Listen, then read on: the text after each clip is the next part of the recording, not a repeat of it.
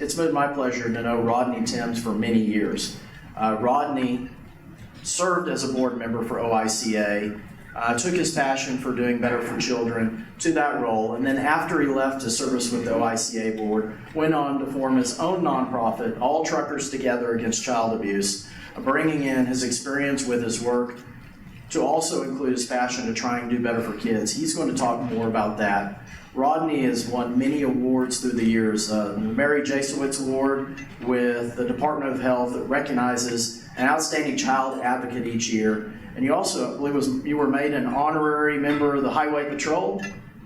So I hope you got your badge with you today. We may need an escort out here later. The troopers were eyeing me when I came in. I think there's a watch list for certain people to not let back in here unless they're supervised. So it is my pleasure to call forward Rodney Timms to share his story. Rodney, thank you for being here today. I was standing in the kitchen one day and my wife comes in with this list, and it was rolled up, had a little string around it. And she said, "Here's a list of stuff you need to get done." I said, "Okay." And as I reached for it, she pulled the string off, the list hit the floor, and then took off rolling. I said, "Oh, gee." So when it hit the end down there, it jerked it out of my hand. I went to bend over to pick it up, and my back went out, and I've been seeing a chiropractor ever since. So just yesterday, she said, "Honey, when are we going to get back to that list?" I said, "Cut me some slack. It's only been 5 years." So anyway, moving on to something a little more serious, I want to talk to you today about child abuse. First off, I want to thank family and friends for showing up. I really appreciate your support. I want to recognize 3 key people in my life. Of course, that'd be my wife, first off, Jill Timms, my mom/aunt, Judy Timms, and then I want to recognize Chris West. He's the Canadian County Sheriff. Now, Governor Stitt referred to Chris as the best-dressed sheriff in Oklahoma, so you got to agree with that. Chris, when he went to get elected, I joined with him, and I asked him this question. I said, "Chris, are you going to continue the program you have in Canadian County where you catch pedophiles and convict them?" And he said, "My predecessor started that, but yes, I plan to continue it." And they do a great job. They have like 100% conviction rate. But that being said, he has undercover deputies that get on computer and pose as young girls, and people come to meet with them and they get arrested, thank God. Hopefully that deters those people from ever thinking about doing that again. But that's a problem. In fact, I want to mention something right quick. Pedophilia, I'm sure you all know what that is starting to, people, they have a movement to try to make that acceptable. And I'm telling you right now, if that happens, we're in big time trouble. We cannot allow that to happen. But anyway, we're going to move back to abuse because that's a whole nother story. I want to thank Luke Peterson. I do believe he'll be governor someday. I want to thank Joe for having me here, and I want to thank the governor's wife, Sarah, for being here. Anybody that stands up for child abuse needs a gold medal. At least that's what I've always said. Now, I'm going to give you some statistics about child abuse, some astonishing things that I find every day that really concerns me, and then I'll give you some of my story. But if you want my whole story, there's a couple of books on the table and a little box with the one thing I put in there that started me on the road to being a success. But anyway, we'll talk about that later. There's somewhere around 6.5 million children every year abused. About half of those get some kind of investigation. And it trickles on down to less than 1% ever make it to court. Now that figure astounded me. Less than 1% ever make it to court. So that tells me that our laws aren't tough enough for child abusers. So that being said, let's talk about child abuse. That is what I consider the cancer of our country. And let me tell you why. Not only is it ruining kids' lives, but we have millions upon millions of adults out there that their life has been ruined by abuse and they can't get past it. There's not enough help out there from where I'm sitting to do that. Now, I kind of get on the church every once in a while for not getting out of the church and doing more with people, but we can't blame them for everything. Out of all these people that you talk about, adults, well, what kind of problems do they have? Well, let's talk about that. 5 children die every day from child abuse, by the way. Does anybody think that's too many? It astounds me to think there's that many children dying in this nation from child abuse. 75% of those are under 3 years old. There's a child abuse report reported every 10 seconds in this country. Think about that. That's just unreal. Now, child abuse, like I say, is the cancer of our country because adults struggle with it worse sometimes than children do. Children have their own problems, and we'll get into that. But adults are having serious problems. And let's talk about some of the things it causes. 2/3 of the people on drugs are said to have been abused. 2/3 of them. Does that astound anybody besides me? That's absolutely incredible. Suicide. There's something that not a lot of people want to talk about, but it's there. I experienced that myself, and I'll get into that. Alcohol abuse. One of the leading causes is abuse from physical or sexual or whatever. Some of the things that I struggle with still to this day, and I haven't been abused in 50 years, so that kind of tells you how old I am. Some of the things I still struggle with are flashbacks and nightmares. Although it's been that long, I still get an occasional flashback or a nightmare, and it just stymies you sometimes to take you back to that. Now, that book I wrote, My 3 Angels, took me 15 years to write that. And I got to tell you, my aunt/mom is a pastor of Elk City Community Church in Elk City. She's the one that encouraged me to write. She said, you made it. You have to show other people it's possible to make it. So I started writing. My first book I ever wrote was a book of poetry, in which I've written poetry since I was in the 1st grade, but then for years I couldn't write it because of all the turmoil. But that being said, that book took me 15 years, and people say, why in the world did it take you 15 years? Well, in order for me to write, I got to go back and relive it. And every time I had to relive it, I'd get so far down I couldn't get back up. I'd have to stop and take a breath, and sometimes it'd take months for me to get back at it. Very tough story to write about, and very tough story to have lived through. That being said, we'll talk a little bit about that, but let's go on to the causes of child abuse. Some of you may not know that 80% of all murders in this country are committed by people that have been abused.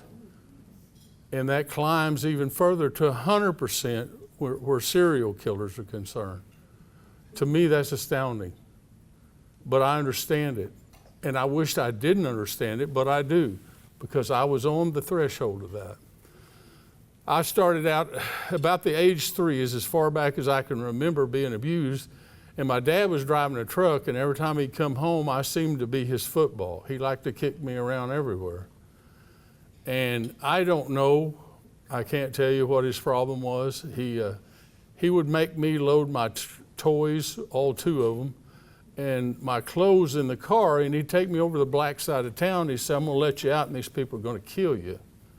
Well, he didn't just go over and turn around. We drove over there for several minutes as he threatened me and scared me to death. And I cried so much, and then when we got home, he would beat me for crying. He said, you got to learn to shut up, boy, and quit crying.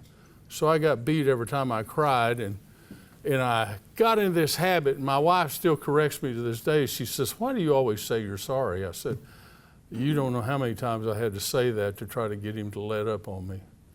But it never seemed to help. He just despised the fact I was crying, so I had to pay for it.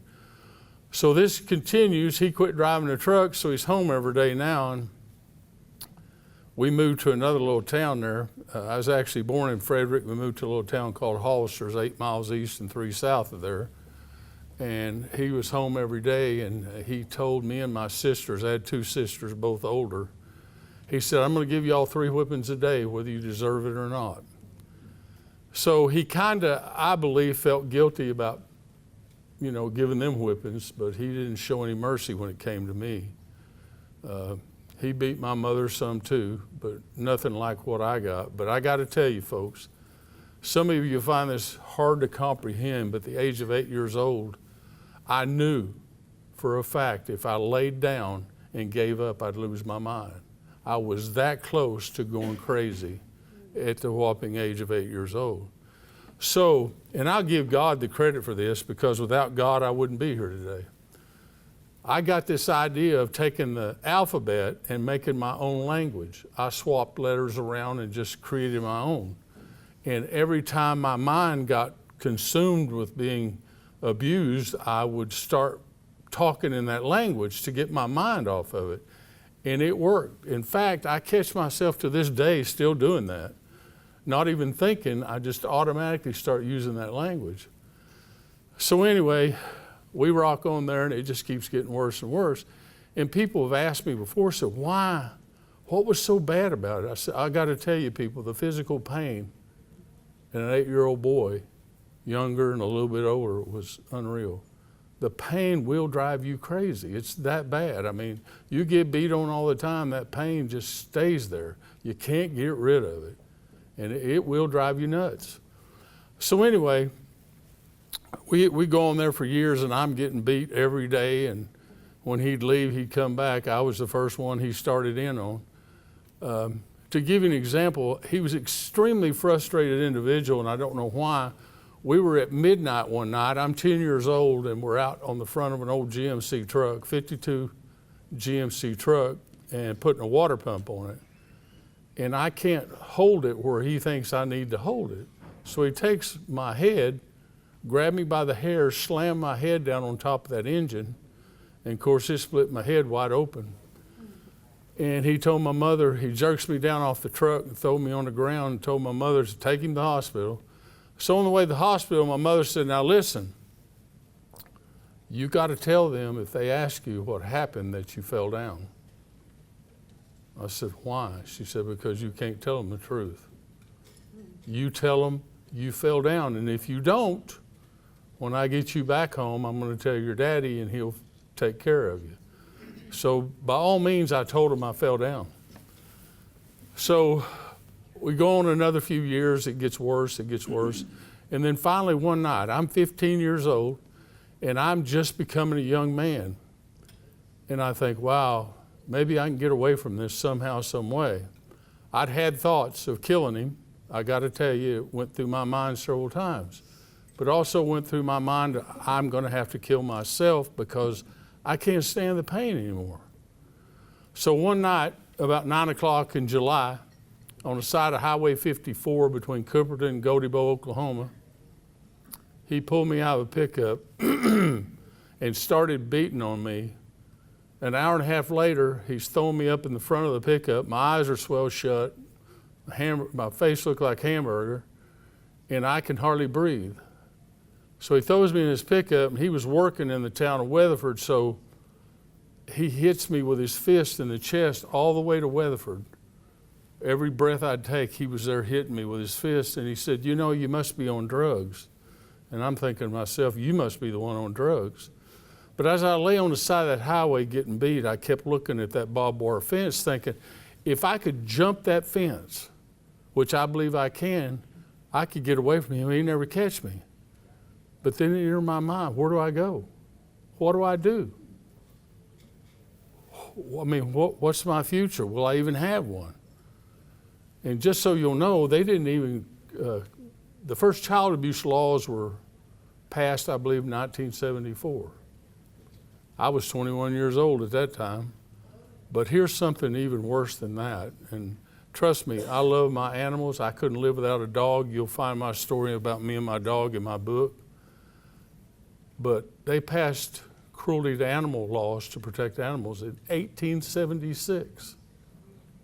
Now that might blow your mind. I know it does mine. I couldn't hardly believe it.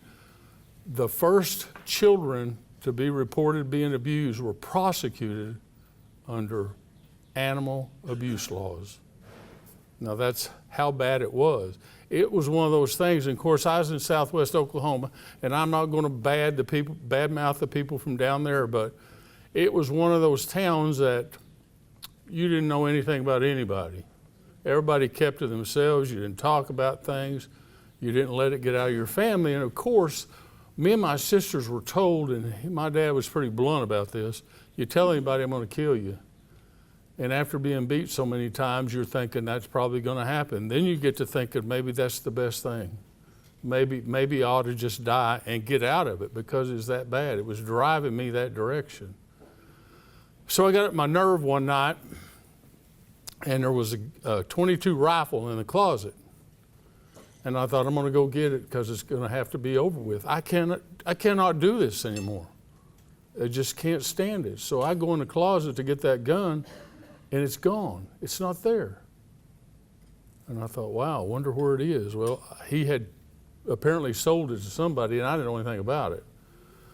So I kind of went back and kind of downgraded myself to being stupid anyway for even thinking about it. And would I really want to go to prison? And of course, back then, I doubt there would be any law that would protect a kid from doing that. I mean, we've had that happen. A few years back down here in Rush Springs, a couple of boys killed their dad because he was abusing them. And people just, are horrified when they hear that, but I understand it. So anyway, at the age of 16, I leave home, I get married, I have my own son. And I just happened to be going through Hollister one day, and I decided to stop at my mom and dad's because my sisters were there. I wanted to see how they were doing. And my older sister had got married, and she told her husband that she wasn't going to cook him breakfast. And he wanted macaroni and cheese for breakfast. She said, I'm not going to do it. He walks over there with his fist and hit her right in the face. And I'd done been into it with him a couple of times. I couldn't handle him, so my dad was outside around there and got him and said, you need to get in there. And he goes in there, and the two of them are in my old bedroom. And the next thing I know, him and my dad come out of that room struggling, and my sister's hollering, Daddy, he's got a gun. So instinct just told me I got to help him, so I jumped up over my brother-in-law's back, pulled that .22 gun up. With my hand around the barrel, he fired it twice. So that was my first introduction to what a gun feels like with your hand around the barrel. So anyway, I got that gun, and we booted him out the front door, but I had the gun in the back of his head and said, you're done. I pulled that trigger with everything I got, and it wouldn't fire. Absolutely wouldn't fire. So let me tell you about small town. My dad went up to the courthouse there in Frederick, Tillman County, filed a complaint, told them all what happened, and the result was they fined my brother-in-law $25 for disturbing the peace. And there he tried to kill both of us. But my dad took that gun out later and fired it and said there's nothing wrong with it, and then he accused me of being just a chicken. So I said, no, I was pulling on that trigger. So I got to tell you, I believe God intervened, stopped me from pulling that trigger because it would have ruined my life. So anyway, after that is when I started to believe that the best thing for me, because I was having trouble getting along with people, period. I thought the best thing for me is I'd like to be a contract killer. Now that blows a lot of people's mind. I've had people say, don't talk about that. I said, I got to, because it's a fact. And I go back to that statistic, 80% of the people murdered in this country, 80% of the people that murder them were abused, and 100% serial killers were abused. And I'm telling you, that's there. It's there. I use this example all the time, and I've seen this happen. You can take a dog and put him in a pen and beat him every day, day in and day out. He becomes the most vicious thing in the world. I've seen it happen. Kids in that little town of Hollister would pin their dogs up and beat them, then they let them out and fight them. And I always thought that's crazy. But you can do the same thing to a human being. So I was telling that story one time. My daughter says, Dad, you're wrong. I said, how am I wrong? She said, humans have a choice. I said, I'm glad you brought that up. Let's talk about that choice. That choice, because of what has happened to you, you got such a push inside of you to not do the right thing, you can hardly get to that choice. It makes it almost impossible to get to that choice. But thank God I got to that choice eventually. It took me a while. I planned on being a contract killer for the mafia. And I hate to say that in front of my sheriff buddy here. But it's a true story. It's a fact. And I want people to understand you can abuse your children so bad you can make killers out of them. So anyway, I decided I was going to try to find the mafia and join them and all that. Well, didn't know at the time about the only place you can do that is New York, New Jersey, somewhere back there, Boston. But I never could make a connection, thank God.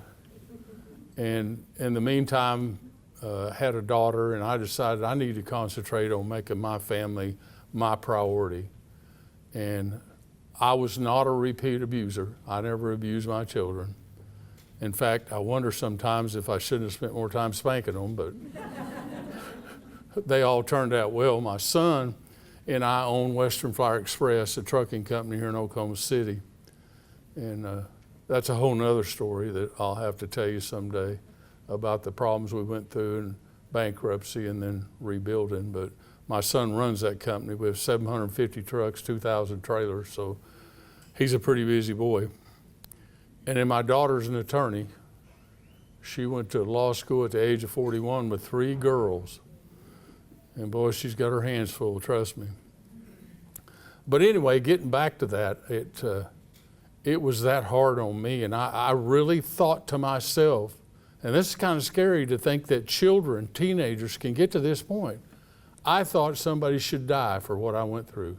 I wanted to kill somebody so bad. I hate to admit it, but it's a true story. It drove me to that. And I'm thinking, oh, gee, I can't do this. Got a family now, got to take care of them. But you know, the biggest problem I had was wanting to just give up and run. There's times when times would get tough, I'd say, I can't do this anymore. I just need to get in my vehicle and drive and never look back. And I kept thinking, I can't desert my family, or I probably would have. It was driving me absolutely crazy, still.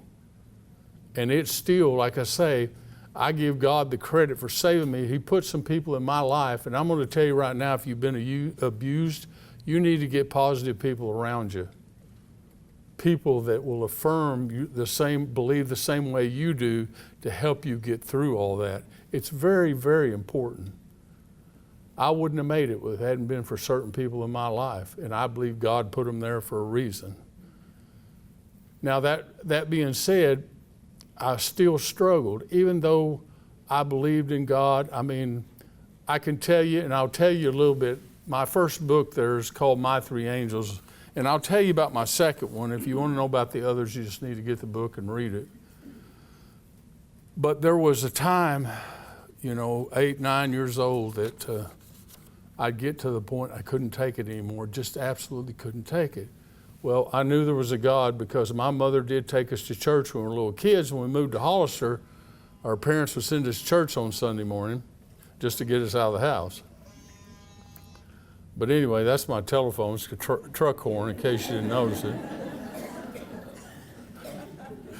Anyway, that being said, I got to the point where I was so desperate I was begging God for help. I would be up all night crying and begging, and it never failed. And of course, I didn't realize this till years later when I started going back and thinking about everything that went on.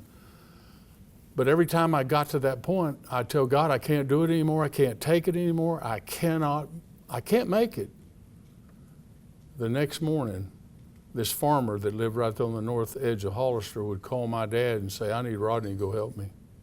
My dad, you need to understand this, would never let me go help anybody. He didn't want anybody to see the bruises or me to be able to tell them what we've been through. But this farmer would call, and this is why I say God was in my life. This farmer called every time I got to that point. And my dad would say, sure, I'll let him go help you. And it would get me out of it long enough, away from it, where I could regroup and get myself back together before I had to go back down in that torture. And I got to tell you, his mental abuse was almost as bad as physical abuse. But the night he put me through hell, he beat on me for an hour and a half on the side of the road. He's working in Weatherford, so he beats me all the way up there. We get up there, and he's staying in a trailer house there at this guy's place of business, which was a trucking company. And I hear him and my mother talking. I'm in the back of her pickup now, and I hear them talking. He said, we can't let him go inside. So they covered me up with a tarp, and I got to spend the night in the back of that pickup under a tarp. Of course, I can't see anything. It was 3 days before I could ever see again.